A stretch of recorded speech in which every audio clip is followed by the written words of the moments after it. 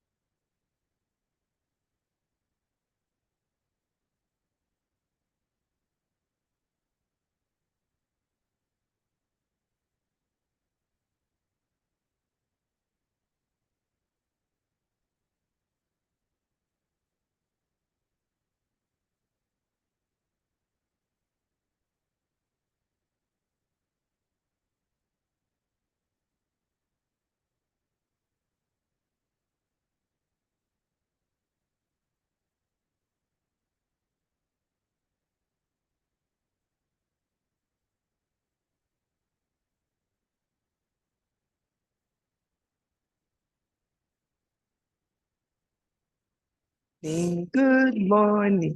And how do you do? Moramutse, you've been here for a week. Moramutse, hey, I'm back here tomorrow. When I say Moramutse, I expect a response. Godwin, please, yes, I have tried to do something in a different language. That t-shirt is mine. They're the ones who have not responded.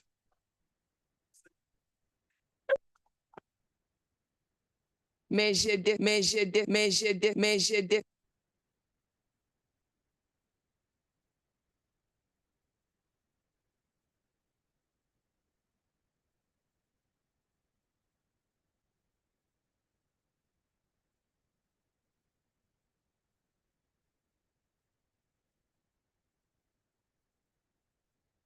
To look at me.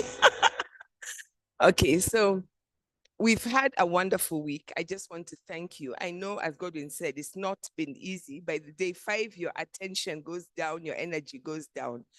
I was absolutely amazed to see all the excitement and enthusiasm for your work, more or less for us, but for each other over the weekend. I really, really, really are looking forward to these projects. But the question we want to start with is, so what? Right? We're going to collect this data. We're going to think about it. We're going to analyze it. So what? Surely, and in the 21st century, do we really need this indigenous knowledge? Is it of use to the societies that we have?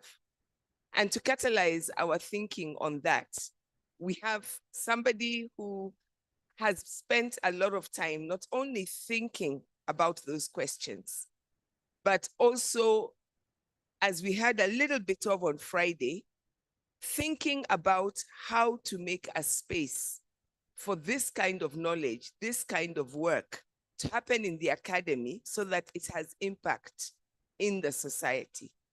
I know on Friday we began to talk about how it might be a good thing to do, but some of you, when you go into the spaces that you work, you may have to fight battles. And at some point you might be asking yourself, is this really worth the battle?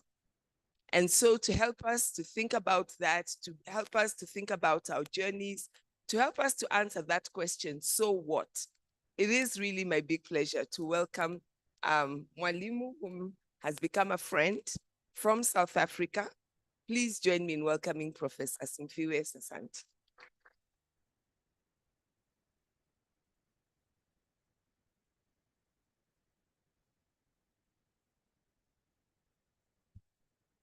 Igama likaQamata lakuhlala lingcwele. Igama lakhe lakuhlala linsoni ngokuba ungumdala ongajongwayo, ngokuba ungumdala ongolathwayo. Sondele kunike bokhokho, sinqule kunike minyanya. Sithi izithethe zenu namasiko enu mawakhe igazi lethu. Thulani emithanjeni yethu okuxabisa sazi basizwe. Dedisani ilifile emnyama eboni bethu vele ukhanya. Sinike namathongo ahlambulukileyo ngawo suze impilo nethamsanqa. Ngokuba amandla negunya lenu masitheni icamavu. Sicama kushaka mna samazinqusini noncewa shotiti bonozengi bani bomlambo sitsho sithi camavu. Sicama kushaka mna samanta kweninza kwatyebelendisa kwamentuka zakwalibele zakwakhangashe sitsho sithi sicamavu. Sicama kushaka mna samakhwamazinda kwaqhuqhuqa kwasithonga saroduka namahlathi oha sitsho sithi camavu.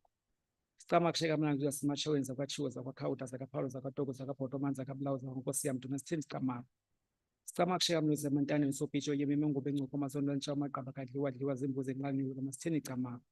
Sicama kushaka mna sesithathweni zakwandebe zakwachesana zakwaphopho masitsho sithi camavu. Sicama kushaka mna semazangweni zakwakhwalo zakwancuphu zakwamnanjana zakwasobe zakwanqele zakwankume zakwamalityi zakwagule zakwanekwalo sitsho sithi camavu.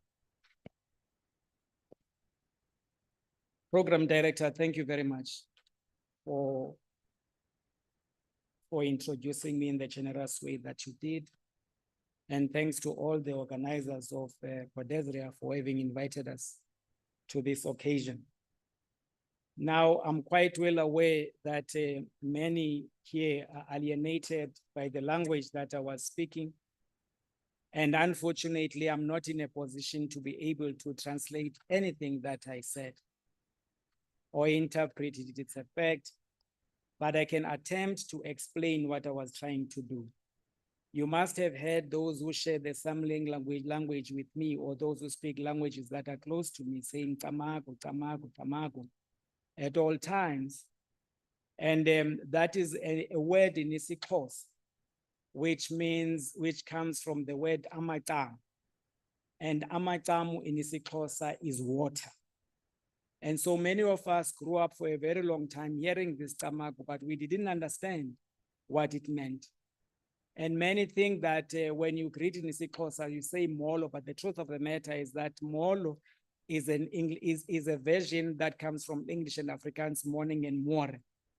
But our ancestors, when they greeted one another, they say tamago, meaning that water to you and life to you. I didn't get to understand this until I read a book by Kimani Nehusi when he was writing about libation in Kemet, and when he was observing what the Kemetics were doing by pouring water on the ground and offering it to their ancestors. He said that each time they did, they would say, pour water, pour water. And it is then that my memory was awakened and I got to understand that it meant give water, and also it means give life. So that our ancestors, when they greet one another, and when we greet one another, we are wishing one another life. But all these things get lost to us because we become assimilated in languages that are not our own, and therefore we tend to lose memory of that which we are, and we do not appreciate that which we are. But also, what is very significant about what I was doing earlier on was that I was doing libation, but rather in a symbolic fashion. I did not have water with me here to pour on the ground, but also I was anxious that perhaps the machines will start giving a particular signal that there's a problem in the hall, and they would go like the siren way. But then the significance of this, many of us participate in this ritual of pouring libation without actually understanding it. The truth of the matter, though, is that African people were taught at all times, not individuals, to prioritize themselves. Hence, today we have a tendency of individualism and selfishness. So by pouring libation first, you are giving to the elders, those who are old and those who have come before you, and you give to them first without considering yourself. So in that way, by performing libation, there was inculcated a sense of consciousness amongst the people that we should not always be preoccupied with ourselves, that we should begin with others first before we think about our own self.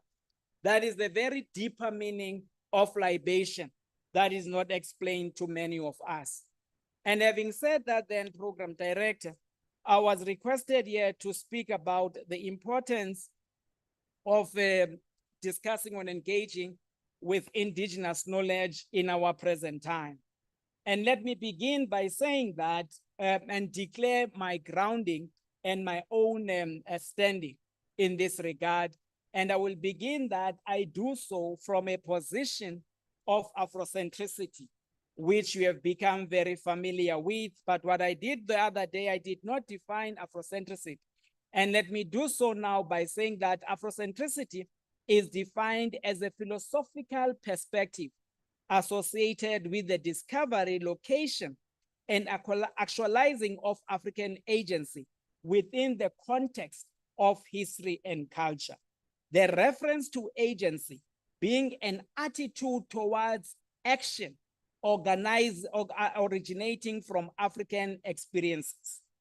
Emphasis on history, and I recall that, when Dr. Moringa opened the other day, when we started, he said that all of us have got to be conscious of the importance of history, even if we ourselves are not necessarily historians, and even if we ourselves do not necessarily study history. And then in line with that, we say that emphasis on history in Afrocentricity is cognizance of Diop's observation that for a long time, many of our compatriots have thought they could get by without any deep knowledge of African society and Africa, in all its aspects, namely history, languages, ethnicities, energy potentials, raw materials, and the like. As a result of ignoring these factors, Diop continues, the conclusions reached have been abysmally banal when not plain and simply wrong. In these false assumptions was the false thinking that they could make up for the lack of ideas, breadth, and revolutionary perspectives by the use of the offensive, excessive, and murky vocabulary, forgetting that the truly revolutionary quality of language is its demonstrative clarity based on the objective use of facts and their dialectical relationships, which results in irresistibly convincing the intelligent reader. Reference to culture in this sense, therefore, means the totalization of the historical, artistic, economic, and spiritual aspects of a people's lifestyle. Culture is not a narrow term, but broadly includes science, music, engineering, architecture, dance, art, philosophy, and economics. With this understanding, Asante argues that economic freedom must always be connected to political and cultural freedom, else freedom does not truly exist. This definition of culture is very important because more often than not, when some of us tend to think when thinking about culture, that we are merely referring to our dress code, that we are thinking about our music, that we are thinking about dances. And it is for this reason that many have always dismissed African people and say that whenever they speak about African culture, they reduce it to only music, to dance, and to our dress code. But culture is what is the dress code, the music, the art, and everything are part of culture. But culture is more than that. And as Asante has defined it, it includes philosophy, it includes mathematics, it includes engineering. And at this point, many tend to think then that how in the African cultural context do we speak about mathematics? Do we speak about engineering? Do we speak about architecture?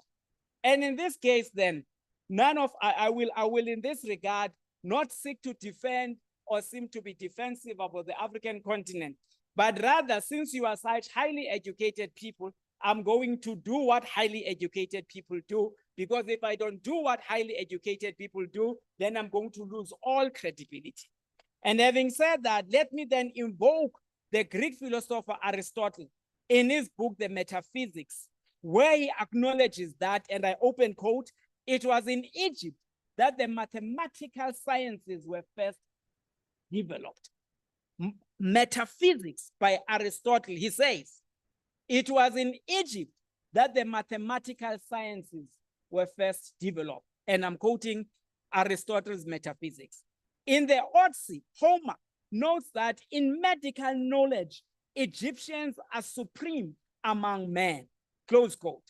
Appreciating the high level and quality of teaching and learning of mathematics in ancient Egypt, Plato urged Greek gentlemen to study each of these subjects to at least the same level as very many children in Egypt who acquire such knowledge at the same time as they learn to read and write.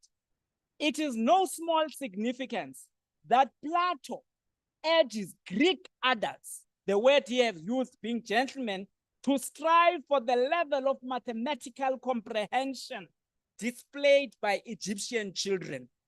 Plato knew these details because he had traveled extensively in Egypt, a country in which intelligent Greeks took so much interest. Plutarch notes that Plato paid for the expenses of his stay in Egypt by selling oil. That ancient Egyptians' leadership is acknowledged in little or not at all, and thus little known by some or not at all, not only in hard sciences such as mathematics and natural science, but also in humanities and social sciences such as philosophy, is not an accident of history, but a deliberate falsification by Eurocentric scholars.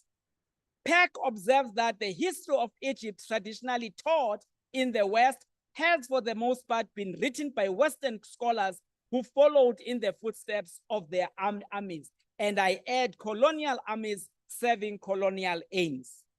Along these lines, Russell claims that the Greeks invented mathematics and science and philosophy, adding that the Greeks wrote history as opposed to mere annals.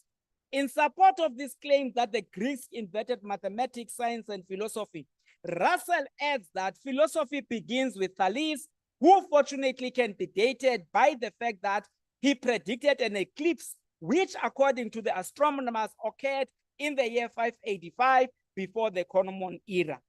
Philosophy and science, he says, which were not originally separate, were therefore born together at the beginning of the 6th century in Greece.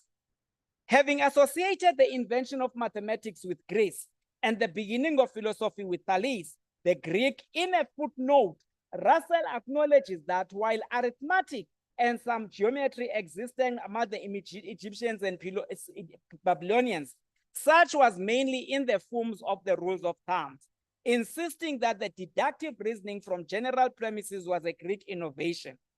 Justifying his point, Russell goes on to note that Thales is said to have traveled in Egypt and to have thence brought to the Greeks the science and of geometry. What the Egyptians knew of geometry was mainly rules of thumb, and there is no reason to believe that Thales arrived at deductive proofs such as later Greeks discovered, claims Russell. Russell claims that ancient Egyptians' geometry was mainly rules of thumb, meaning inexact, have not gone unchallenged. El Nodori points out that mathematics is an important field of science in which the ancient Egyptians worked. The accurate measurements of their enormous architecture and sculptural monuments are worthy proof of their preoccupation with precision. And I guess at this point in time, program director, our brothers and sisters are wondering, what is it that has Egypt got to do with Africa? Because they recognize that geographically, Egypt belongs to the African continent, but culturally, it belongs to the Arab world. And let us assure one another here that the time referred to has got to do with Egypt long before the Greeks, the Persians, the Romans, and the Arabs invaded Egypt. And therefore, when we speak about indigenous knowledge, when we speak about this, we are also including ancient Kemet, which is both geographically, culturally, and historically located in Africa. That we shall not reduce indigenous knowledge to merely what is being reduced to today, that many when speak about, sometimes I listen to the conversations that are spoken. And I was hearing this quite often last week, that whenever we speak about Western medicine, we either say Western medicine or we say modern medicine. And that whenever we speak about African medicine, hardly do we say African medicine, rather we say traditional medicine. And the term tradition being understood as in the past. And yet the term tradition is not merely about the past. The term tradition has got about the past, the present, and the condition, because what is tradition is continuous and what is tradition is dynamic. And therefore, please let us understand one another as we move on. Even as Russell makes the claims which contradict statements by the Greeks themselves, to whom he attributes inventions attributed to ancient Egyptians, he makes an observation that exposes uneasiness on his part. Russell notes that in all history, nothing is so surprising or so difficult to account for the sudden rise of civilization in Greece, adding that much of what makes civilization has already existed for thousands of years in Egypt and in Mesopotamia, and had spread thence in neighboring countries. While on the one hand, Russell acknowledges that the art of writing was invented in Egypt about 4,000 years before the Common Era, and in Mesopotamia not much later. On the other hand, he argues that certain elements had been lacking until the Greeks supplied them. This falsification was and continues to be entrenched by the fact that in every history of philosophy, and this has got to do with the books that you study as you study philosophy, in every history of philosophy for students, the first thing mentioned is that philosophy began with Thales, a Greek. As if responding directly to Russell, Dan points out that the cultural assumptions that are disturbed most by the idea of an advanced Egyptian race in prehistory lie in the libraries and halls of Western countries and the belief system that has been generated by generations of Western scholars. It is our own culture's chauvinistic view of Egypt that threads throughout our own history books. But unfortunately, this does not end there. These books are not only populating Western libraries, they are populating African libraries. And these myths are not only perpetuated by Westerners, they are also advanced by Africans themselves who are products of that Eurocentric history.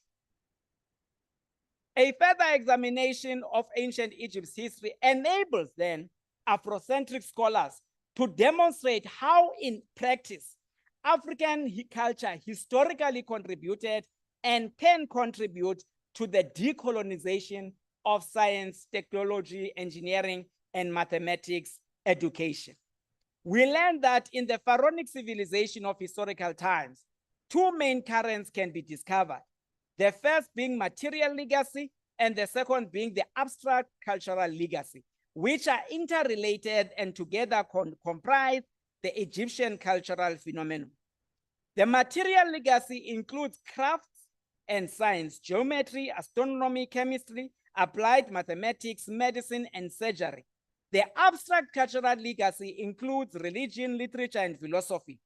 Cognizant that both legacies are interrelated, we learn that the ancient Egyptians' practice of mummification, the preservation of dead bodies, which exhibited their mastery of a number of sciences, including physics, chemistry, medicine, and surgery, was a practical fulfillment of their demands of their belief in the afterlife.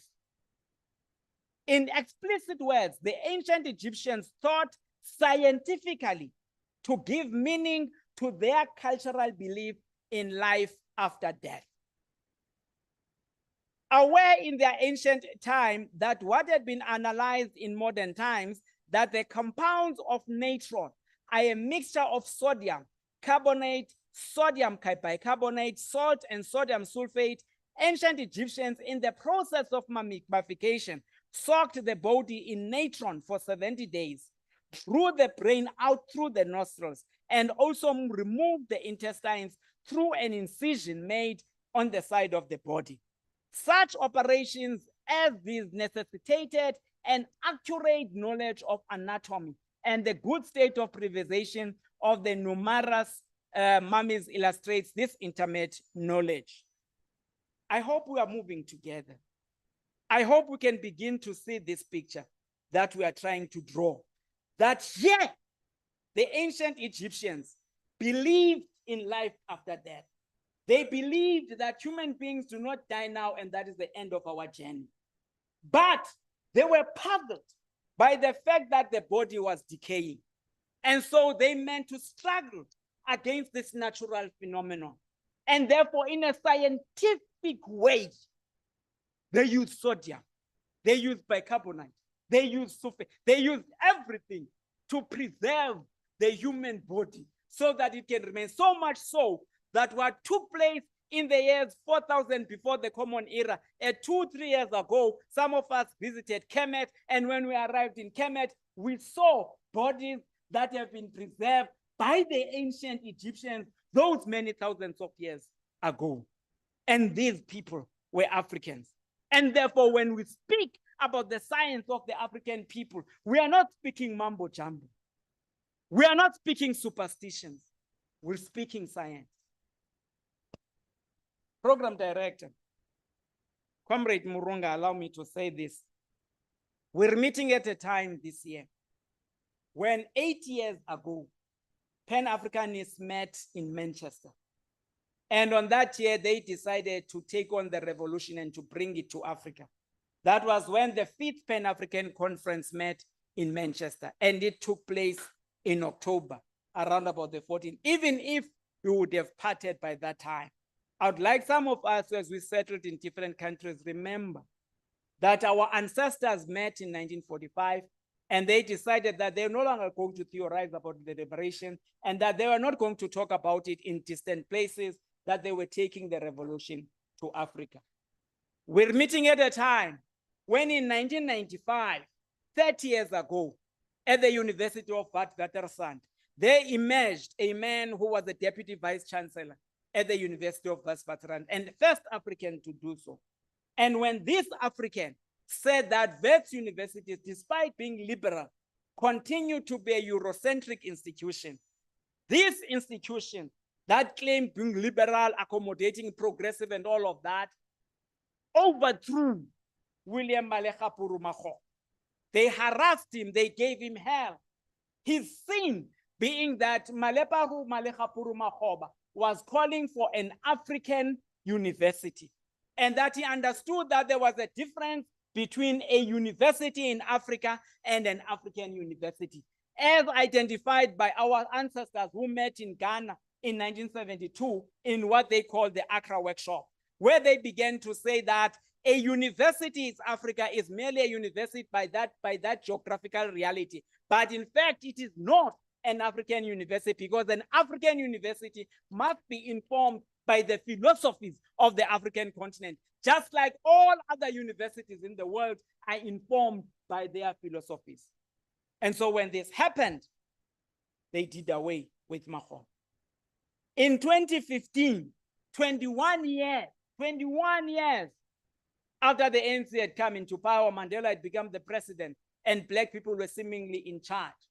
The students at Wits University, who called themselves the Rose Must Fall movement, demanded a decolonized and Afrocentric education, because they recognized that until that moment, and in fact to this very day, education in South Africa continued to be colonial and Eurocentric. So on July 19, 2022, a silent but significant revolutionary occasion took place at Wits University in South Africa.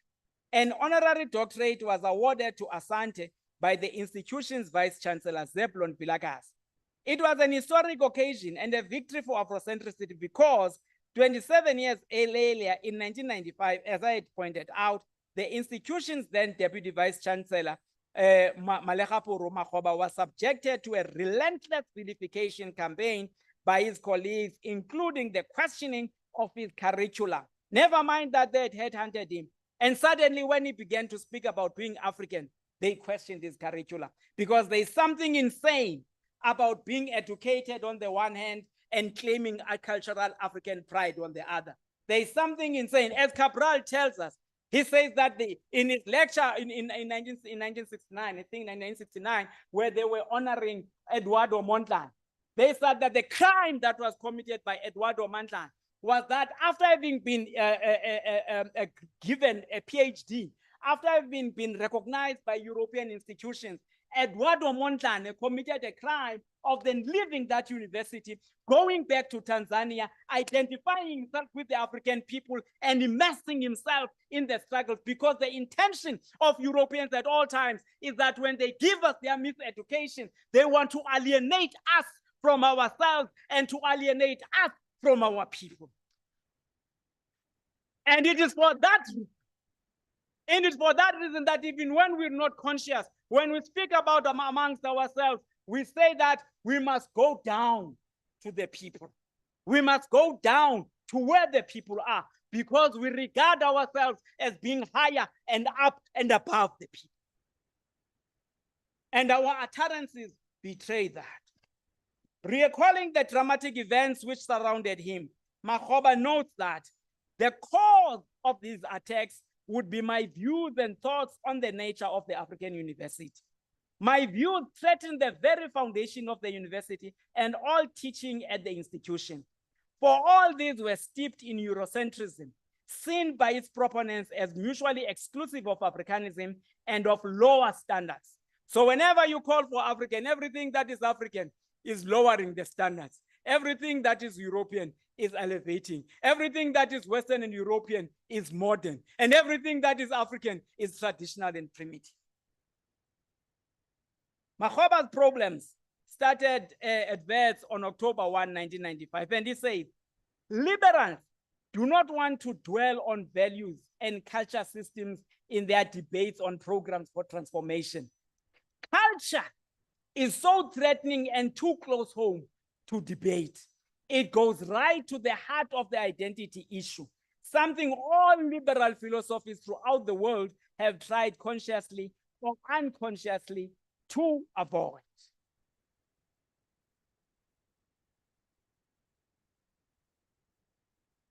And so, let us then continue. That what is it that we are calling for as African people? What in specific things, in specific terms, are we calling for? I hope that what I've said earlier on has made sense to some of us.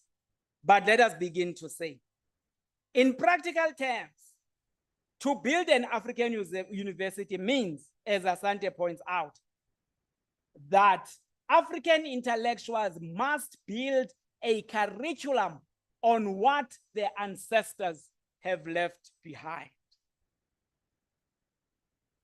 Asante's call makes sense to those who appreciate that from an African philosophical perspective, the ancestors are an integral part of the family, since reference to family in African culture is to the living, the ancestors that is, and children to be born, and those that are living, and those that have come before us.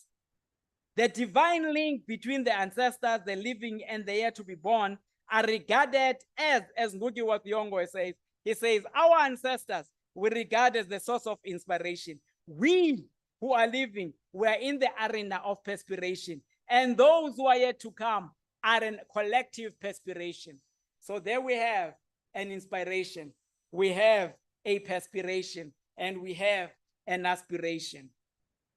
In appreciation of the ancestors, let me begin by saying something that perhaps is familiar to all of you, though especially those who are studying philosophy.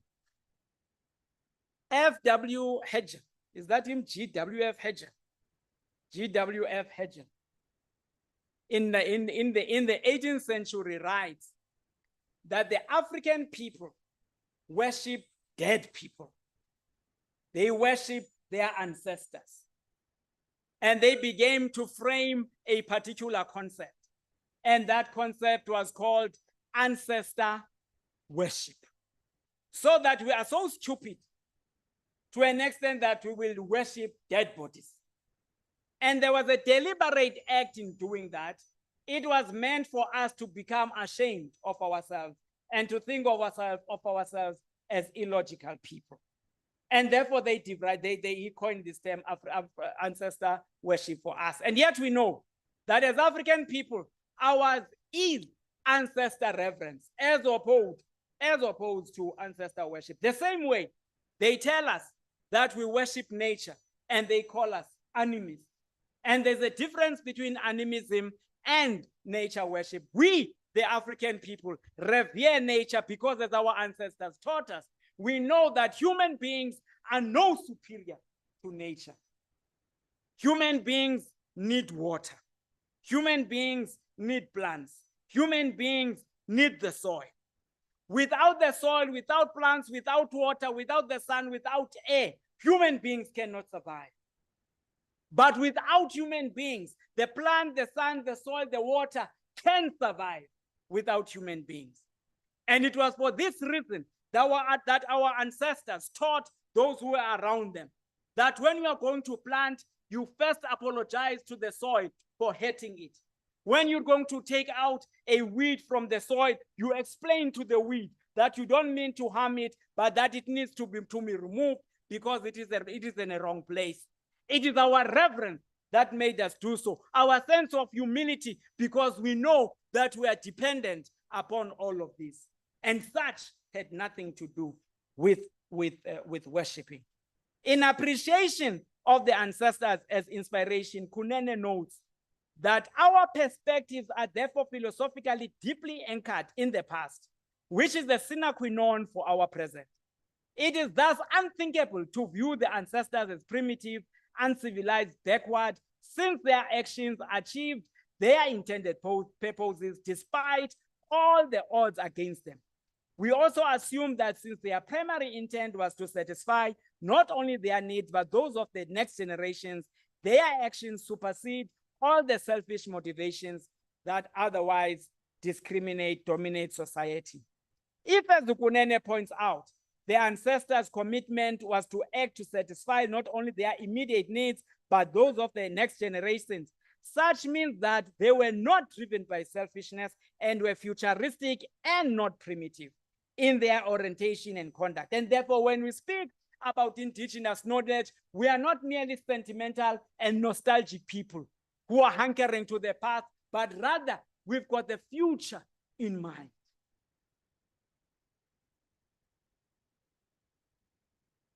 And so we see, and this is the reason that Hegel feared the belief in ancestor reverence. And here we see, we get it from Credo Mutwa's book, and he says, the people were informed. Men, know that your life is not your own. You merely live to link yourself with your descendants. Your duty is to beget children even while you keep the spirits of your ancestors alive through regular sacrifices. When your ancestors commit you to die, do so with no regrets. Ancestor reverence inculcated in the minds of the Africans the willingness and the preparedness to die for a cause. And it is this which threatens the European colonialists. And it is this that they today appreciate in your leaders and your politicians, that our leaders are afraid to die. They love life too much. Hence, they want to accumulate everything to fill their stomachs that are never satisfied. And our ancestors taught us otherwise, that we must be faithful to the masses, we must be faithful to the people, that we must, that in the knowledge that we accumulate must be made to the service to the people. And here, again, reverence for the ancestors is actually a reverence for life, for continuity and change. It means learning from them, learning from past, and that means learning from the strengths and the weaknesses of the past experiences. So we do not romanticize our past as some allege. We recognize that there were some flaws and that there were some weaknesses, just like any other human community. But we also recognize at the same time that they were great. And so, therefore being the case, few societies have projected with the past with such philosophic and creative intensity as the African.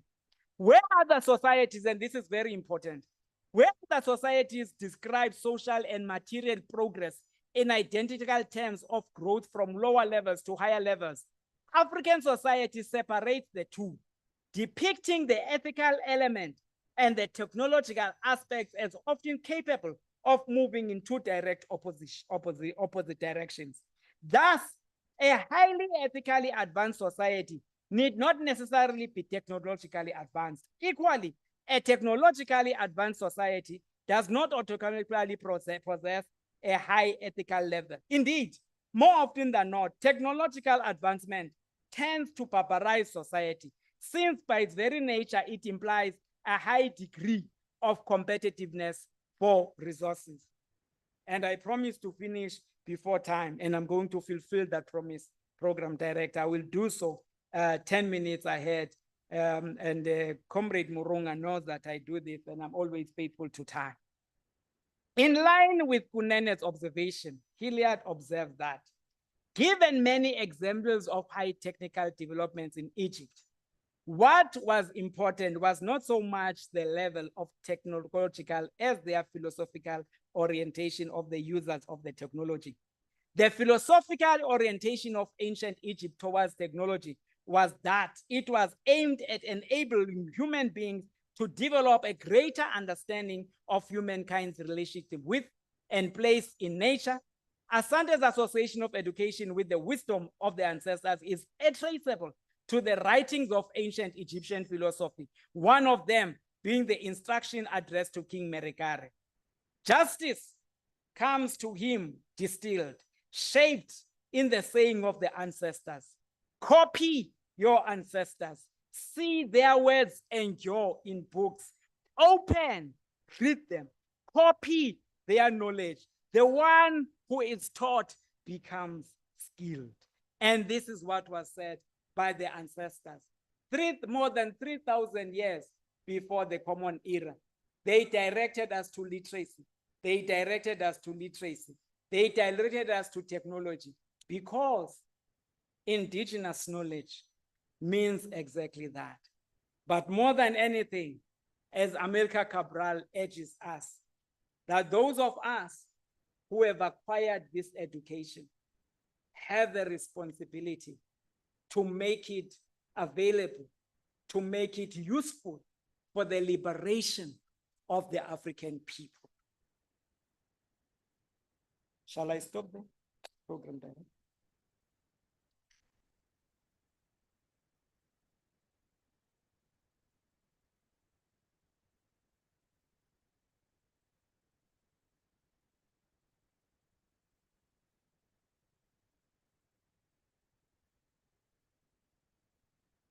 Thank you very, very much. We said we would catalyze a conversation.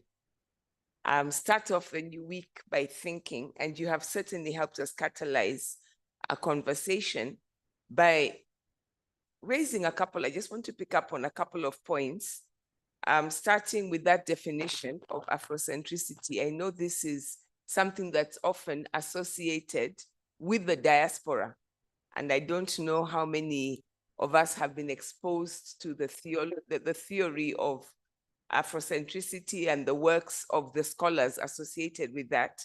But I just want to pull out that definition that focuses on African agency within the context of history and culture, which I think is a good way of encapsulating all the projects that we are doing. That yes, it draws from the past, but we're talking about African agency in terms of our impact going into the future. And I also really liked the thinking through aspiration, inspiration, and perspiration, and how all those three work together. That was really powerful. I also really appreciated, and I think what you did, and really taking us from the whole space of the ancient world. And I know, can I see by a show of hands, who are the people who come from Sheikh Anta Diop University? I don't worry, I'm not going to ask you a question about, I just want to see, do we have anybody from Sheikh Anta Diop here? Those ones are our neighbors. If you visit Codesria, there's no one from UCAD in this program.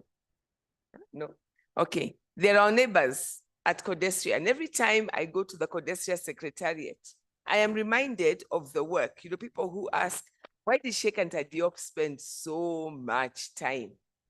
And, you know, they did so many degrees and invested and paid such a political price as an intellectual going into this history of ancient Egypt. Surely, wasn't there something else he could have done with his time? You begin to understand, and I think you have taken us into that, why this was so important and why it is so significant that later generations came to so appreciate his work that Senegal paid tribute by naming a university after him. You begin to think about the wave of African universities across the continent. And I appreciate that you gave us an example of the kind of the political question of what this is and the kind of struggles that people who are setting up now, you know, we take for granted. You know, you go to the University of Ghana, you find the Institute of African Studies, and you take for granted that that was as political as it was an educational achievement to say, we are going to have an Institute of African Studies. Asking ourselves how these Institutes of African Studies, how these studies centers, how these departments across the continent over time, what is the battle that was fought then? And what is the battle that needs to be fought now? And different countries, you will have different histories, you will have different challenges, you will know different names. But as we begin to reflect, we are bringing us to the point where we stand, 2025, to the work that you do and asking yourself, what does all of that got to do with what I am doing now, with the space that I am in now, with the kind of priorities I have said are important. And even when you now go back to, when you do your proposals and you think through your proposals and you think of the goal of the work you are doing, the so what, as a result of my work or as a result of my career, what will be the future? So I'm opening it up for questions. I'd like to just my first round, anything you're still like, okay, something was said, I didn't quite understand it. I'd like that to be clarified more. I'd like a little bit of information on this. And then after we've exhausted the questions, we'll come back for comments. But please let me start with questions. I see one hand there. Yeah. Remember, it's me. 3 sentences per question. I will Quite- cut you short after 3 questions. Quite unfortunately, mine was going to come with a quote to seek clarity on that, and it's a bit long. It's about a paragraph. If A I missed paragraph that. of something he said. Yes, to lay a background, ask him the question. Okay, the only reason that I do this is so that we can actually get in everybody's questions. So please be quick. All right, thank you very much. So there's a critique by Kwame Anthony Appiah and Adam Bodomo, Pan-Africanist and linguist, against Afrocentricity. And Anthony Appiah writes, and I quote, "The notion that there is something unitary called African culture that could thus be summarized has been subjected to devastating critique by a generation of African intellectuals. But little sign of these African accounts of African culture appears in the writings of Afrocentrism. Molefi Asante has written whole books about African culture, Akan culture, without referring to the major works of such Akan philosophers such as J.B. Dankwa, William Abrahams, Kwesi Redu, Kwame Gyekye, and others. And I am reliably informed that on one occasion not so long ago, a distinguished Zairian intellectual was told by an African-American interlocutor that, quote, "We do not need you educated Africans coming here to tell us about African culture," end quote. And there, Adam Bodomo says that, quote, "If you are a continental African, your Pan-Africanism and your African-centeredness may be radically different from what some zealot African-Americans calling themselves Afrocentrists may be serving up for our continent." And then he says, and this is where my question comes, that we should, instead of Afrocentrism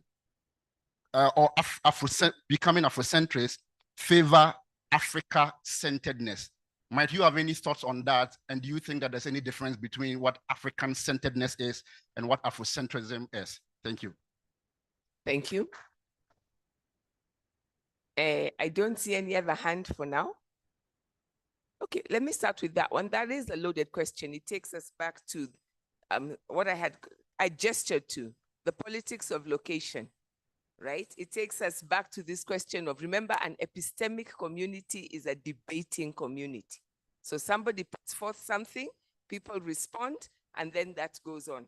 And as I say, the politics of location, we're talking diaspora, continent, but also, you notice he's asking, are you familiar with what people in different countries and different spaces are also dealing with? So, Prof, welcome. Thank you. Thank you very much. Let me assure you that I have read Kwame Anthony Appiah. In my father's house, I read it from cover to cover. And Kwame Anthony Appiah speaks about his experience in Botswana when he went recently in the 19-something. And when he looks at what the African people are wearing, he says that they are wearing different things. And one needs to take Kwame Appiah and say, how do you compare the time when Africans were their own and when Africans are colonized? And you begin to say, when people are displaced, this is what and who they are. But of course, Kwame Appiah, being Kwame Appiah, would say everything that he has said. But let us begin to say that it is not possible that any single scholar can quote all scholars at the same time. And unfortunately for Kwame Appiah, in reference to Kwame Jeje, who was a Ghanaian, I'm not sure whether or not he knows that Kwame Jeje, in fact, worked at Temple University, where Molefi Asante had worked. Just as we know, other philosophers such as, I forgot, Louis Gordon, and all of them were there. So again, as an Afrocentrist myself, let me begin by saying that I have read Kwasi Wiridu, right? I've read Hontonji, I've read all the philosophers that call themselves the professional philosophers, right? The other day, one of our colleagues here was saying that Kwasi Wiridu was dismissively or rather sarcastically referring to ancient Egypt, because you could see that Kwasi Wiridu was not yet informed, had not fully understood and followed in the footsteps of Sheikh Anta Diop. Sheikh Anta Diop had told us that any scholar, any African scholar that does not read the culture, the history of ancient Egypt is just like a scholar who think he can meaningfully speak about European civilization without referring to the classical Greece and all of that. And so our scholars sometimes do that. But Kwame Jeje, unlike Kwasi Wiridu, has the humility to accept that he had not gone deeply into that, but he appreciated and acknowledged that. You see that type of a thing. And so he would move along with Ontonji, due respect given, who will say that African philosophy is not behind us, it is yet coming. And he would say that African philosophy, or rather philosophy, cannot be a system, and Kwame Jeje contradicts him and say, in fact, philosophy can be a system. The same way that Marxism at one stage is a philosophy, and later on we have Marxist societies. So it's one hand an idea, and on the other hand it can be concretely expressed. And so the question then, why not African-centeredness and not Afrocentricity? Afrocentrists such as Molefi Asante and Zizwe Powe, in fact, they say that they draw their inspiration. The term Afrocentricity is rather even beyond, not just identifying with Diop, but it is said that in 1963, the other day, and I'm glad you raised the question because it enables me to correct a mistake that I made. When the Institute for African Studies was set up in Ghana in 1963, in his speech, The Genius of an African, Kwame Nkrumah uses the word African-centeredness. So to those of us who are Afrocentrists, we do not draw a distinction, because look at our definition.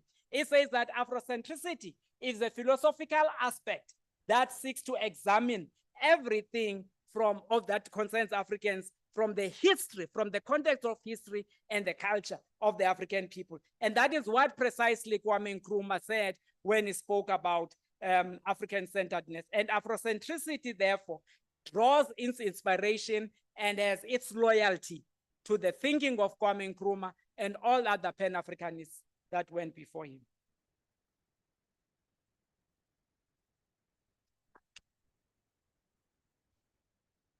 I am reminded of the debates of womanism and feminism, and the idea that one is lavender, you remember that quote, and the other one is purple, right? So beginning to ask yourself, what are the nuances and where do I fall, I think is useful. And just quickly on that, Molefi Asante, Afrocentricity, it may be said, you see, people tend to say that Pan-Africanism, our brother here would agree, and many other Pan-Africanists. We trace it to the likes of Edwin Blyden, George Padmore, yes, and all of them. They were in the Americas, and they developed that ideological framework there. And it was good for them to demonstrate that they had not been disconnected. And we on the continent embraced Pan-Africanism because those people did not go there out of choice. And therefore, we cannot dislocate them and de-Africanize them in the tradition. The same with Afrocentricity. It began with Molefi Asante, but Molefi Asante has got the humility to accept and to acknowledge what is taking place in Africa. He does not speak about the American culture, but rather about African history and African culture. And he has come here to the continent. He went to pay homage to Sheikh Anta Diop in just before he passed. I think around 1982 or so. Thank you. I have not seen. Oh, can I see hands? Any hands, comments, questions? I can see one. I want to take a round so that then he can respond to several. There's only one thought on question. Okay, let's.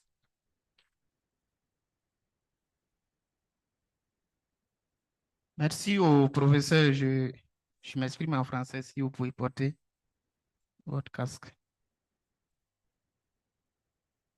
Merci au professeur pour l'exposé. Nous sommes jeunes, nous avons eu l'occasion de lire Cheikh Anta Diop. Nous avons eu aussi l'occasion de lire beaucoup de panafricanisme.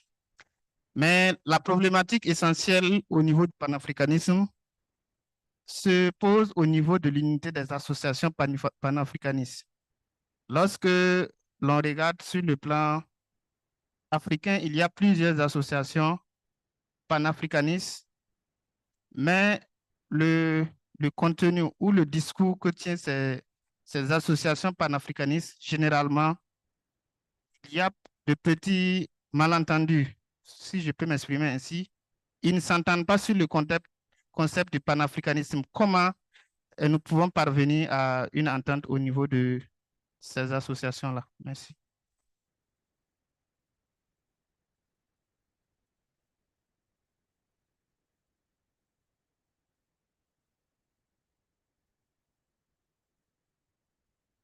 It would be expecting perhaps the impossible. You know, let me begin at this level. Christianity is a religion. But within that Christian religion, there are the Protestants, there are Catholics, and amongst the Catholics the Protestants themselves, there are many other variations. And all of them claim to be Christian, and others claim to be more Christian than others. And all this at the same time, they say that, they subscribe to Jesus Christ's death and all of that. But we understand, because all of them are making an effort to make sense of Christianity. That man who in the first place persecuted the followers of Christ, St. Paul, suddenly he was hit by lightning and he turned around and he became the best of all Christians. And he usurped the articulation of Christianity. We know that. And some argued with him differently. So let's go to Islam. Amongst the Muslims, there are Sunnis and there are the Shiites. And even amongst the Sunnis themselves, there are these and these and that. Amongst the Muslims. So in Islam. So the point therefore, Pan-Africanism, even amongst the socialists, amongst the Marxists, there are bound to be differences, right? And so we cannot deal with and expect differently from Pan-Africanism. But there is a unifying element in the very definition of the ideology.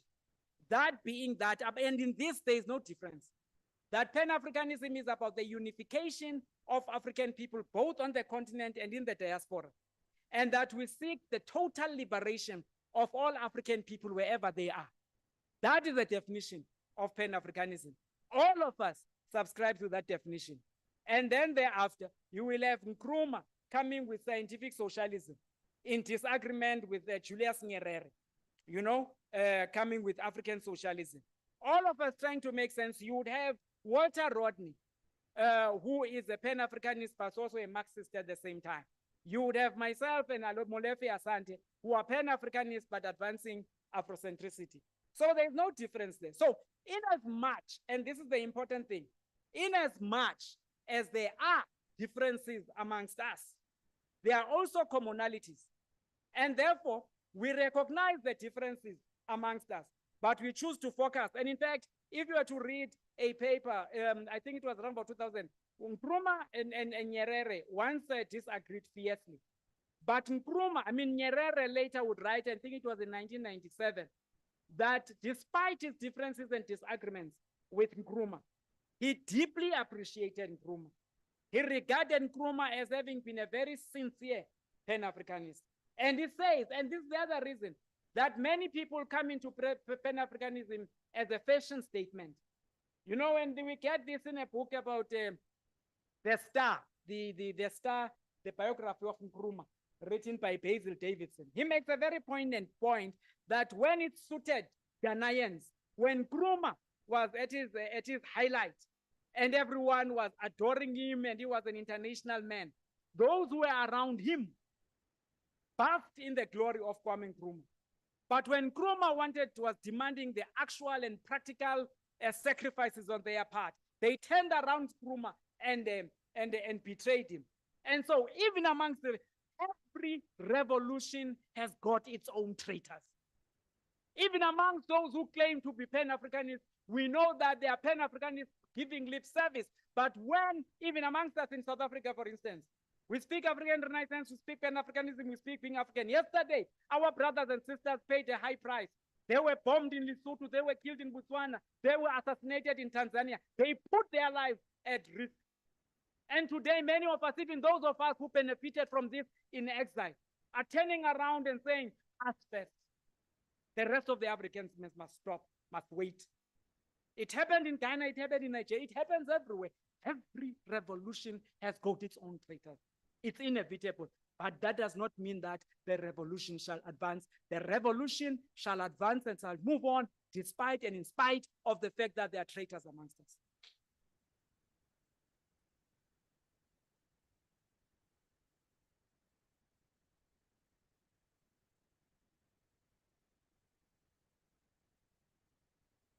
Okay, I assume now that I can open it up for comments as well as questions. I think the burning questions are taken care of.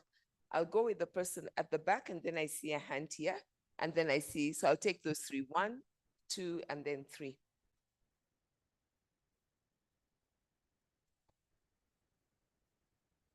Bonjour tout le monde. Bonjour. Merci pour la présentation.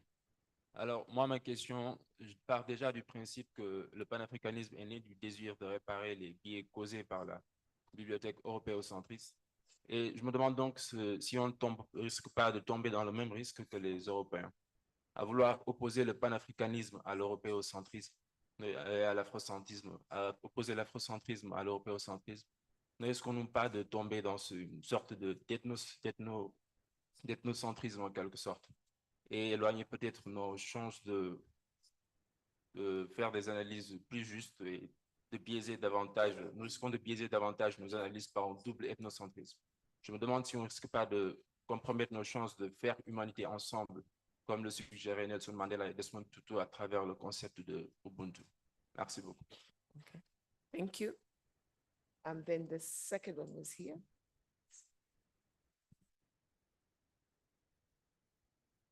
Good morning. Thank you, Prof. Susanti, for such a powerful presentation. I would just like for you to, perhaps in expanding on your discussion on ancient Kemet and ancient Egypt, to bring in the discussion of the broader ancient Nile Valley. That when we speak about ancient Egypt, we're not only speaking about the ancient Egyptian culture that existed in the north of Africa, but an entire cultural complex that came out of the Nile Valley region, emerging out of areas that are now today called Sudan, for instance, Chad, Libya, right? And that what makes ancient Egypt such a powerful expression of in African history is that it is a Pan-African expression of African cultural glory or achievement. And in that regard, thinking about the present moment, would you bring in a discussion on the place of our epistemic, not only our epistemic community, but our epistemic culture? That is our approach and normative values that shape the outputs and the productions that we will make as intellectuals, cultural activists, and scholars, just in general. And within this discussion of the epistemic cultures, the sort of values and norms that, for example, disregard this idea of a hierarchy, for example, between genders. I heard one of the colleagues talking about this issue of ethnocentrism. One of the ideas and one of the values that come out of this notion of Pan-Africanism, as I understand it, is a commitment to a non-ethnocentric understanding of the African experience as it exists on the continent and as it exists in the global diasporic African experience. Thank you. But he will respond to the parts of it. There's one more, third one.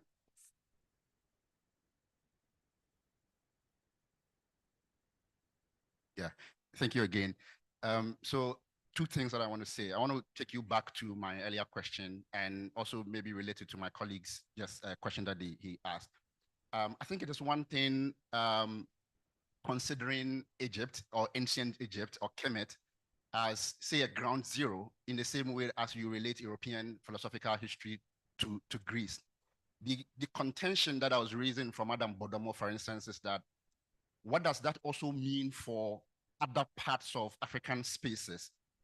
Do we not, by this kind of elevation and centering, almost invariably create a situation where it appears that in the whole of Africa, that was just it, and that was the most important thing? So if you have a thought on that, I'll be very happy.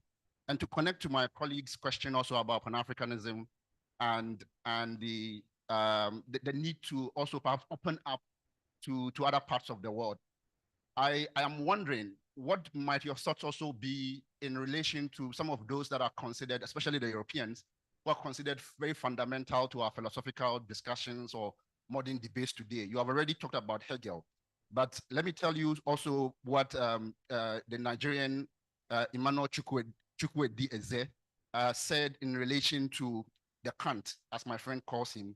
Other what people call him Immanuel Kant with a K, but my friend says it's a C-U-N-T. He said something when he was apparently very impressed with an African carpenter who had done something. At the point, he did not know the person was an African, so he had praised the work that this person had done.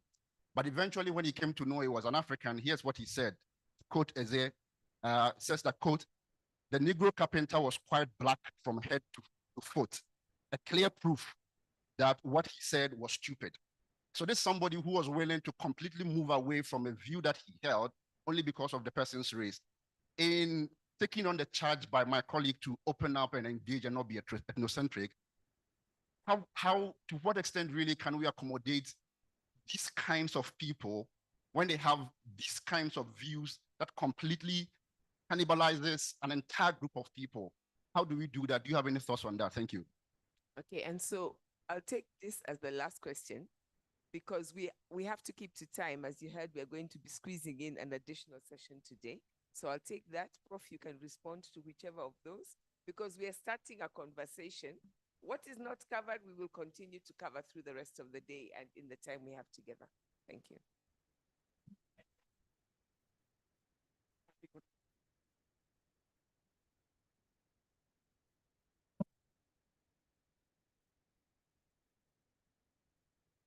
Yeah, good morning, Prof. My name is Chidima Edeze from Nigeria.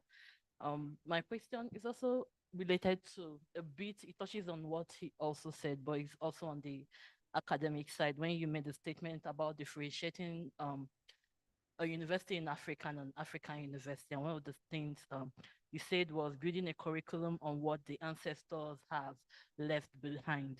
So my question is in respect of developing this curriculum. So when developing an African curriculum, how do we now balance teaching like ancient indigenous knowledge with new knowledge in such a way that it doesn't really confuse our students? Because there seems to be, in this conflict, there seems to be like a knowledge validation conflict, just like what you said in respect to the Egyptian way of calculation and modern mathematics. We see the difference in traditional medicine or modern healthcare, indigenous astronomy, yeah, and modern physics. So in such a way, when we've developed this, how do we handle such knowledge validation conflict? Are we telling our students, oh, this can go hand in hand? Because sometimes in these validations, as conflicting as they could be, some of them, they still make sense. So are we going to be saying, oh, we are going to accommodate both of them and work hand in hand? Or are we going to say, oh, we are pushing more of us and just, you know, more of ours and less of theirs, just like how they've pushed theirs on us? Let me begin by saying that Sheikh Anta Diop would not have been able to contradict and to critique Eurocentric and colonial scholarship unless he had read their text. So that in order to be able to confront and to engage your enemy, you are not able to do so unless and until you study your enemy, knows what goes on through his or her mind. For the European colonialists to be able to subjugate us, if you read Hegel closely, and I like the point that is made by Basil Davidson, and Basil Davidson is a British historian. Fortunately, it cannot be said that he was a Afrocentric scholar. Basil Davidson says, Hegel had the arrogance to comment about Africa so ignorantly and so arrogantly when he knew next to nothing about Africa, when he had never set his foot to Africa. And Serepekwean reiterates, I quote that from him before I realized that in fact it was said by Basil Davidson first.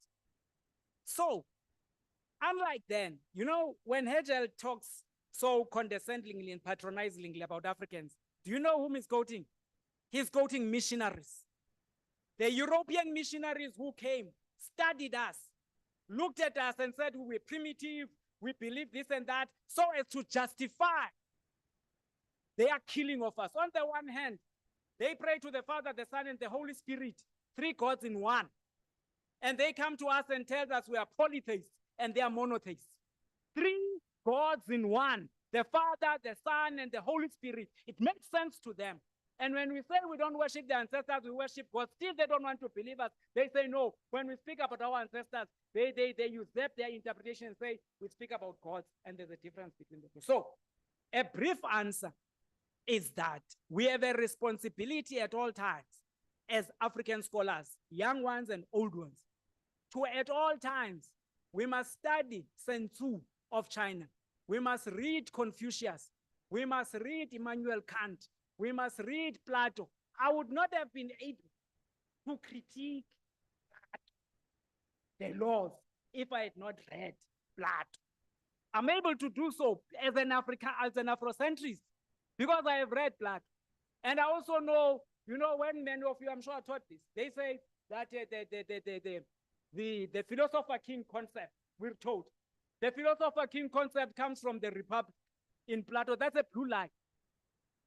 It's a blue purple lie. The Kemets, the ancient Egyptians, said that one cannot be a king unless that person operates on the basis of ma'at. And that king, the responsibility of the king above everything else was to ensure justice, balance, truth, which is ma'at. So you cannot be a king unless you're a philosopher king. Plato saw what was taking place in Kemet and said that this should be the aspiration there in Athens. So I hope I've made sense. Thank you very much. So my brother, let us begin with your disparaging remarks by your brother. When he looks at Kant, and I think that he dismisses or has got contempt for Kant, and yet he reduces Kant to a Kant. That's a very sexist statement. He should have reduced Kant to his own penis. It is this association of the woman's vaginas that leads us to our chauvinism, that we objectify women's bodies, we reduce them, and we think that women's bodies are our playfields. That we think that raping a woman and all of that is a joke. It is not. It is very serious. It begins with our condescending attitudes as men, not looking, why didn't he refer to his own yet, or something like that, instead of referring to women's Kant that he does not have. And yet the very next moment, he wants to go to those Kants. Yeah? Okay. Now, to the question that you were raising about, I think it was you who was saying that, why is it that we seem to be elevating Kemet above everything else? Am I correct? No. That's not the point. The point that was made by Cheikh Anta Diop, those who have read Cheikh Anta Diop and read him closely will see that when he studies Kemet, he relates Kemet to Senegal, discusses the language Pular, and speak about the language Wolof, and speak about all of that, and draws the connection between that and that. In fact, Cheikh Anta Diop, I think it's in his book, Black Africa, he traces that all Africans, including the Kemetics, came from the east of Africa. That in fact, the existence of our brothers and sisters in Kemet is a recent phenomenon. They migrated from here to the north and took that civilization with them and developed it there. Those who have closely studied, they say that in fact, Nubia, which is associated somehow with Sudan, has got more pyramids, greater pyramids than those that were found in Nubia. In fact, the Kemetics themselves always pointed to the south as their inspiration. But it is important to focus on Kemet simply because, you see, the Europeans themselves wanted to isolate Kemet from the rest of Africa, saying that it is geographically African and culturally otherwise. Since they could not reconcile the fact that the culture of Kemet could be so great and that they themselves were students of that culture. So it was beneath and below them to acknowledge that they learned from the African people. And so therefore the struggle for Cheikh Anta Diop is that at that time the Egyptologists were all over the place trying to prove, as they always try, that in fact these Kemets, they are coming from some kind of a European race, this and that, the same way they will say about the Zimbabwean ruins attributing to the Portuguese. Nothing can be African. It must always be traced elsewhere. And so therefore our approach is that, you know, in fact, the agenda, again, I have to draw you to references. Black Cheikh Anta Diop writes this book, The Cultural Unity of Black Africa, the matriarchal and the patriarchal domains. And you will see that Cheikh Anta Diop draws parallels amongst the cultures of the African people. He speaks about the Swati, he speaks about the Zulu speaking, he speaks then about the Mandingos and all of that. And he draws the links to show the cultural, not even the cultural similarities, but the cultural sameness. And then some critics say, you know, there's nothing like African culture, and I'm coming to you, my brother. They say, no, there is nothing like African culture. There is everything such as called the ethnicities. No, you know, let's begin with this. Ancestor reverence, the honoring of the ancestors, exists throughout the entire African continent. That's just one thing. Consensus as a concept. Read the philosophers, Kwame Gyekye, Kwasi Wiretu, Mbiti in East Africa, Oyoronke Umi, Nkirunzeku. You go and read those in Tanzania. They all agree. In fact, let us just talk about the question of the land. In African culture, the land, all this, they agree that the land is not something that you can sell or buy. And Nyerere reiterated later because they said that the Africans believed that if you sell the land or buy it, it is only the rich who are going to have access. And the result later, the poor are going to be marginalized as they are today. Those with money are controlling and owning everything, and those who are poor have nothing. Because the major resource of everything, the land, has been privatized. And so our ancestors knew this, and they agreed. The question of the concept of the family, that in Africa, throughout the African continent, we do not define the family as simply and merely the nucleus. As I said earlier on, it is the ancestors, it is those who live and those who are to come. And thank you very much, Mshai. I want to acknowledge here you were fascinated by my reference to the perspiration and the aspiration and the inspiration. I don't want that. I don't want you to live here thinking that that is my creation.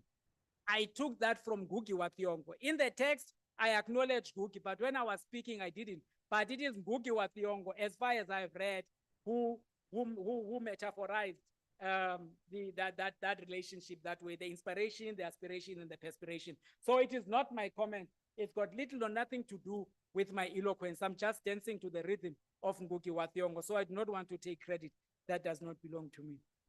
And yes, my brother, the epistemic responsibility.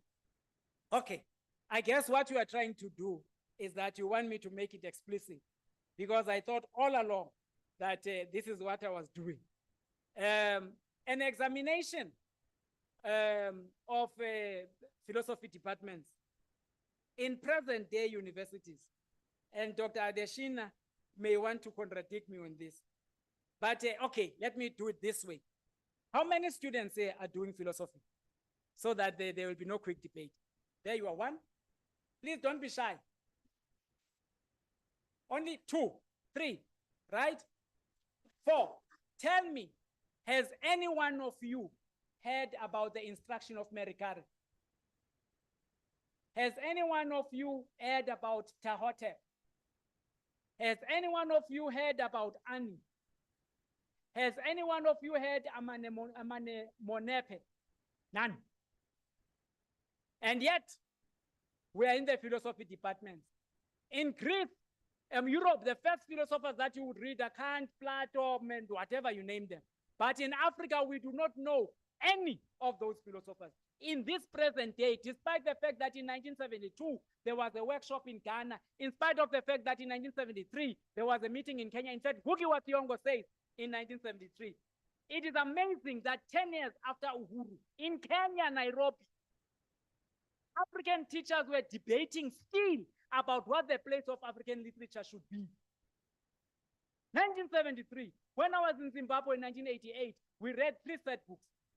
2 were European, William Shakespeare and St. John of Arc. Only one was written by an African in Zimbabwe, Wilson Katillo. 8 years after independence. As if there was no 1963 establishment of the African Institute and all of that. It happens. And so the responsibility, the reason that we can make, the reason that some of us think that, the kings and the chiefs and the queens are sacred people that cannot be challenged. That is a European concept. In Africa, Dr. Santau was saying this the other day. If kings or chiefs proved to be dictatorial, not only were they overthrown, they were killed. African people killed chiefs and kings who were dictatorial. Chiefs and kings, they were the last to speak in debates. And when they spoke there to summarize the will of the people, not the other way around, not their mouths imposing on the people. Hence the term, Inkosi ngabantu khosi ki khosi kalala. Shaka rewarded a man who came and said, Shaka, listen, it's not your mother. Your mother is not the first person who has died. Why are you subjecting us to all this misery and that life must not continue? They were shocked. And they thought that Shaka was going to kill him. And Shaka asked, where were the councillors all this time? I was expecting this from the councillors who are supposed to confront me. And Shaka rewarded that man with hundreds of oxen. And it was the same when one of the soldiers was questioning Shaka's strategy. And he said, and they were aghast to the commanders. And Shaka said, no. This man is correct. A true commander must question the strategy of the overall command. So in Africa, critique and criticism is an inherent part of African culture. We are not obeisant people, Christian people, only one head thinks and the rest follow one head. There's nothing like that in African culture. And so our epistemic responsibility then is to highlight these issues and bring in the text that are attesting to this across all the disciplines, in philosophy, in literature, and everything else. You see, so that we bring this, we read about philosophers, first and foremost, who are the African continent, and then we read about the rest. We get to know Africa first, and then, some of us speak French, and none of us make any attempt to understand the language like in Rwanda, Murakosi now, Murakosi China, and all of that. We pride ourselves in speaking European languages. And lastly, my brother, I'm sure you were thinking that I was going to avoid your question. No, thanks. You see, your question is very appropriate. And I think that it is based on misunderstanding. And I don't blame you for it. It's not your fault. Kwame Nkrumah, in fact, we go back to Blyden. All the Pan-Africanists said, we are fighting for the noblest. Go and check Africa Must Unite. That quote is there. Go and check Kwame's autobiography, Kwame Nkrumah's autobiography. It is there, it's not an invention. They say that we are fighting for the noblest cause on earth, the liberation of humankind. All of us belong to one race, the human race. It is this reason that our ancestors, when they began to have philosophy, they did not ask what does it mean to be African. They said, what does it mean to be human? Because they said that human beings cannot do this, human beings shouldn't that. And so the Europeans came here. They were violent. They killed us. They took our land. The only language that they could, Nkrumah did not yet appreciate this initially. He thought that at one stage, and yet it was proven by the Ghanaian experience, that you can do positive action campaign and this and this and that. When Frantz Fanon went to the All People's Conference in 1958, he wept, he cried because he was trying to convince the African leaders about the importance of violent decolonization. Poverty, poverty is violent. So you see, if your oppressor kills you, if your oppressor wants to take away your life, you have the responsibility to preserve your life by killing the oppressor. Simple. That's what the struggle was about. That's what the struggle was about. Amilcar Cabral, he says that at one stage they had an idea that they could wage a non-violent struggle. So the struggle has never been against the Europeans because they were white. The struggle has been against the Europeans because they were oppressors. And Sobukwe told us that it is hypocritical to say that you hate the Shambok that beats you as if the Shambok wields itself. You don't hate the Shambok, you hate the person who wields the Shambok. We did not hate white people, Europeans and colonists, all of that because they are Europeans. We hated them and we fought against them, we killed them because they were oppressors. Remove oppression, you remove the hatred. Remove exploitation, you remove violence. So until and unless, Palestinians should be teaching you a very important lesson. You see how the people are getting killed, massacred mercilessly and all of that. They are praying to Allah, oh, Allah help us, Allah help us, Allah help us. Even as they pray, they are massacred, they are killed and all that because you've got to fight back. You've got to fight back. So we are not, as Pan-Africanists or as Africans, we do not claim superiority over anyone. We don't. We do not promote race hatred. We don't. We promote self-love and love for the entire of humanity. And this is why Bantu Biko says that the Western world may have created, the Western world may have created an industrial and military outlook, but the greatest gift is yet to come from Africa, giving the world a human face. And it is in his, there's that philosophy, I mean, that essay, Black Consciousness and the Quest for a True Humanity. So, as Pan-Africanists, we seek and we are striving for the liberation of all members of the human race, the liberation of humankind. As African revolutionaries, Pan-Africanists, we have a responsibility when we are done with our own oppression to pledge solidarity to all members of the human race who are under oppression. I hope that answers the question. There was one more question. Or you've answered, you started there.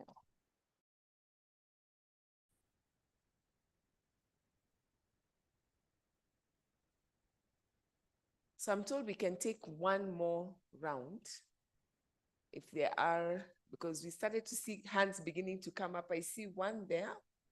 Is there any other? So we'll take 1 and 2, going once, going twice. Okay, gone. So we'll take those 2 questions and then finish with that round. Thank you, Prof, for that wonderful presentation. My name is Lucy Mandila. Mine is very brief. I would want you to expound more on the notion of Pan-Africanism and the language question. Thank you.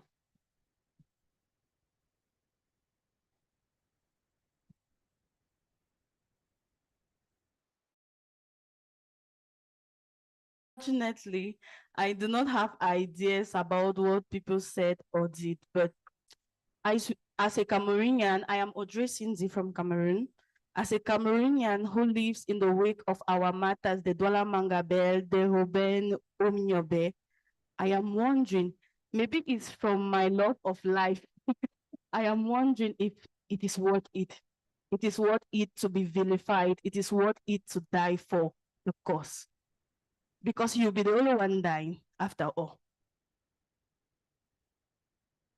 Okay, let us conduct this question this way, right? You, the name? Onjosina. Okay. Now, if here come enemies who are threatening your life, and they are not threatening my life, they are threatening your life. They are going to rape you, they are going to kill you. And I'm sitting over there.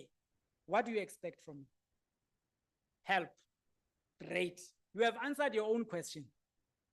Rapists and murderers will not stop at anything. So if those races of rapists and murderers go for you and they want to rape you and want to kill you, and I go and undermine what they want to do, the most likely thing is that they are going to kill me first and then go for you, right? We have a responsibility as human beings. Our ancestors taught us this, that in fact, this is what our ancestors believed, that this life is nothing compared to the life that is yet to come. This is not the end. And that in this life, we must perform all goods that are not necessarily heroic, because there's a difference between being brave and being courageous. A courageous person is one who does what he or she must do in spite of his or her own fear. You see me standing up here, speaking so bravely and so strongly. When I was captured by the National Intelligence System in South Africa of the white regime, they captured me all alone, and they said to me that they were the only ones who knew where I was. Meaning that they could do anything and everything to me. You know, before then, I used to sing that, no masiafa, sicho city, aluku. No masiafa, siafa, sicho city, aluku, aluku, fado. Fado, aluku, fado. That song, we sing even to this very day. It says, even if we die, we say that there is no fear. But guess what, my sister? On that day, I was sitting behind. My knees so far apart began to knock each other. And I realized that they were going to pick it up. I held on to their seats and I put my legs apart because I was afraid. But fear being fear, it betrayed me through my throat. My throat went dry. So revolutionaries experience fear. I have many moments of fear. But for the cause of the revolution, I swear, no one will ever touch my comrade, my mother, father, sister. He'll have to kill me first. No one will touch you in my presence. Let anyone try.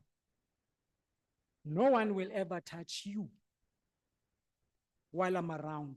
They'll have to go through me first. And I have no illusion that I can fight against 10 people. I know that they're going to beat the hell out of me, but they'd rather do whatever they want to do to you over my dead body. That's what I want to do. The revolution taught us that there are no guarantees. There are no guarantees for victory. There is none. Never guarantees. Many revolutionaries have died, but we are inspired by them. That Bantu Biko was alone. They stripped him naked. They beat the hell out of him. They beat him unconscious. They took his naked body into the back of the van. They transported it from PE more than 1,000 kilometers to Pretoria in an unconscious state. Biko had an option to sell out. I'm convinced that they offered him to sell out before they killed him. It was when they realized that they could not kill him, that they could not win him over, that they killed him. There is always a price to pay. And so death secures life. Some of us must die so that others can live.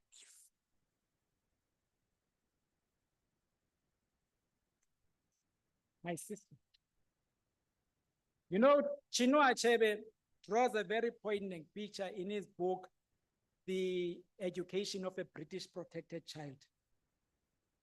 In one chapter, I can't remember what he was talking about, but he says, well, I can't remember about language or what, but he says, and I may be inaccurate in citing the specific language groups, but he says all along, the television, the Nigerian Broadcast Corporation, that is it called the NBC, was broadcasting in English,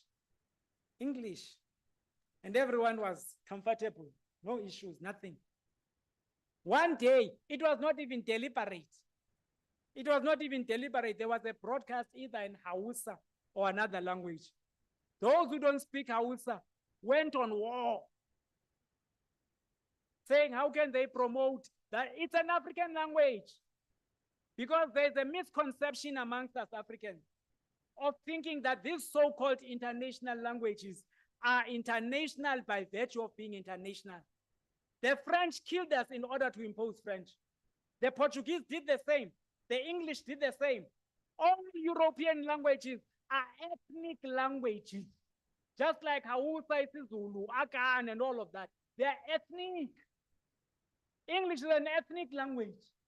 French is an ethnic language. All of them are ethnic language. They became international by force. So Pan-Africanism, first and foremost, we say as Pan-Africanists, that let us develop all our languages. Because when we develop all our languages, that is also how we're going to be able to see that, in fact, as Gugi Wasiongo says, languages are carriers of culture and history. And so we will see that we are one people who migrated to different places.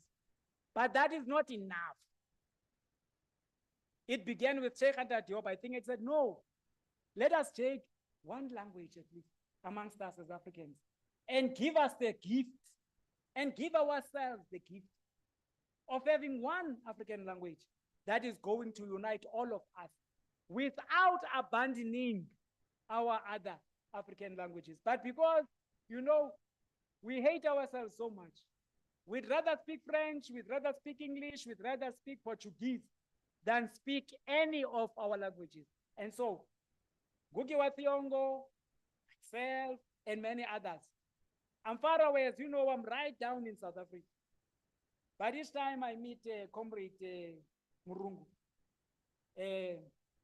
I learn a word from Kiswahili. Since I came here, I've been trying to learn Rwanda, and I was with Brother Deshina the other day when one sister, I don't know whether she was proposing, because I was asking about other things, and suddenly she explained to me that Dokuduga means I love you. He's my witness. Dokuduga means I love you. I said, what does that actually mean? Does it mean that, are you telling me that you love me? She said, yes, I'm telling you that I love you. I said, I love you too. And I was like, but that word, Dokuduga, sounded so much like Shona.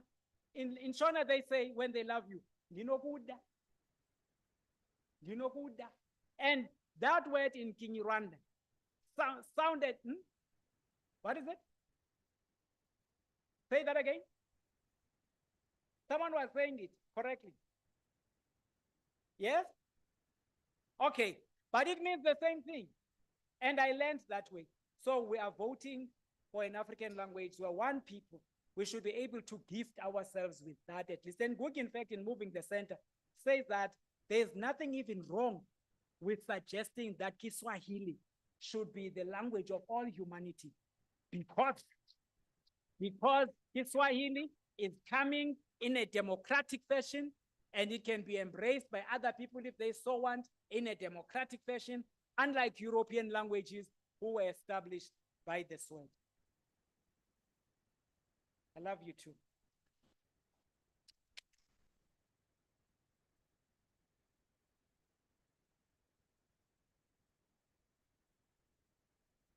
I think I heard someone whispering from around here in Kidavida. We say Nakukunda. So there's somebody here who we also share a language with. I want us just to take a moment, and I want you to close your eyes as we close. And I want you just to sit with what you have heard. right? We've traveled a journey. We've moved from ancient times, considered in particular Kemet, but also beginning to think about the other traditions, the other spaces, what is most familiar to us. And then we've talked about concepts and how we understand different things. We've talked about the work others have done, the generations before us.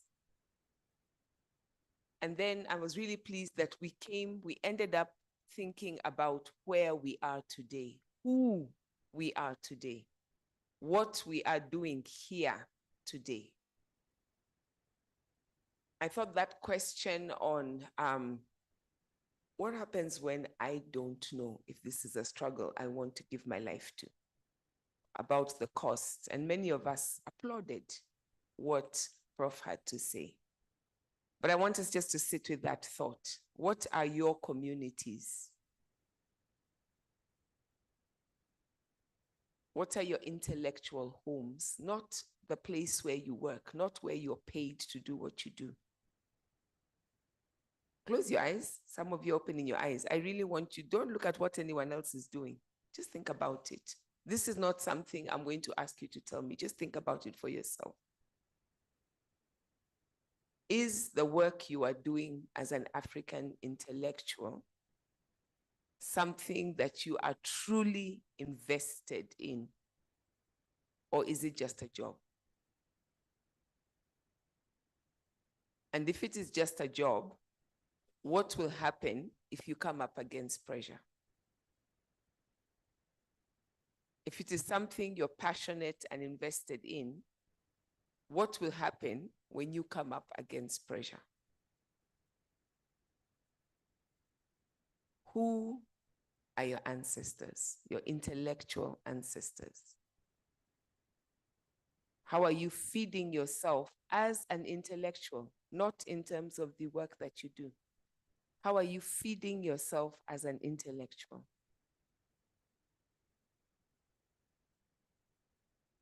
Who is your comrade in arms? The person who you know when things get tough, that person will lay down their lives.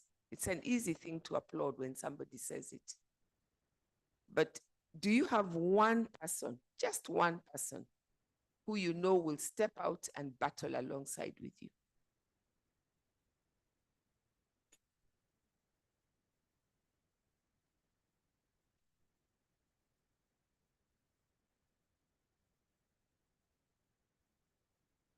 And who is the one person, just one person, that you would step out and intellectually lay down everything it costs to stand with them? Not because you necessarily agree with them in terms of everything they say and do, but like Nyerere and Nkrumah, you can say, I disagree with you, and that discussion, that debating, that thinking together makes me better at what I do and hopefully makes you better at what you do.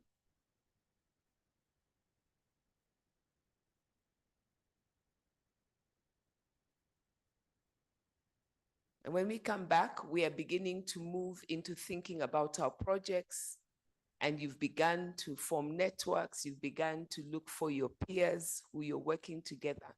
But beyond that, in the days we have together, can you find those intellectual comrades in arms? And if you cannot find them here, can you think about them?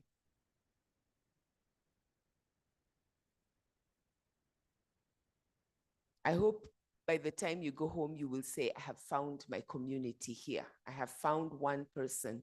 I have identified an intellectual ancestor, an intellectual sister, an intellectual brother, someone who is walking the path or has walked the path with me. And so I hope that this session will not just be a session of ideas and debates and arguments and agreeing and disagreeing, but at the end of the day, it will impact the discussions we'll continue to have, but more importantly, your life as an African intellectual, because we are depending on you. Thank you.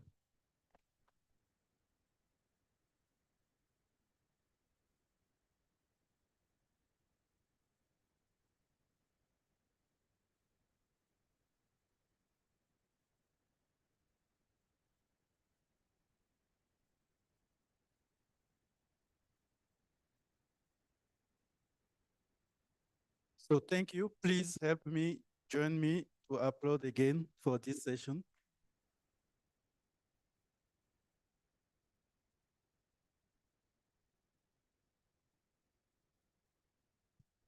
We're going to take a short break now.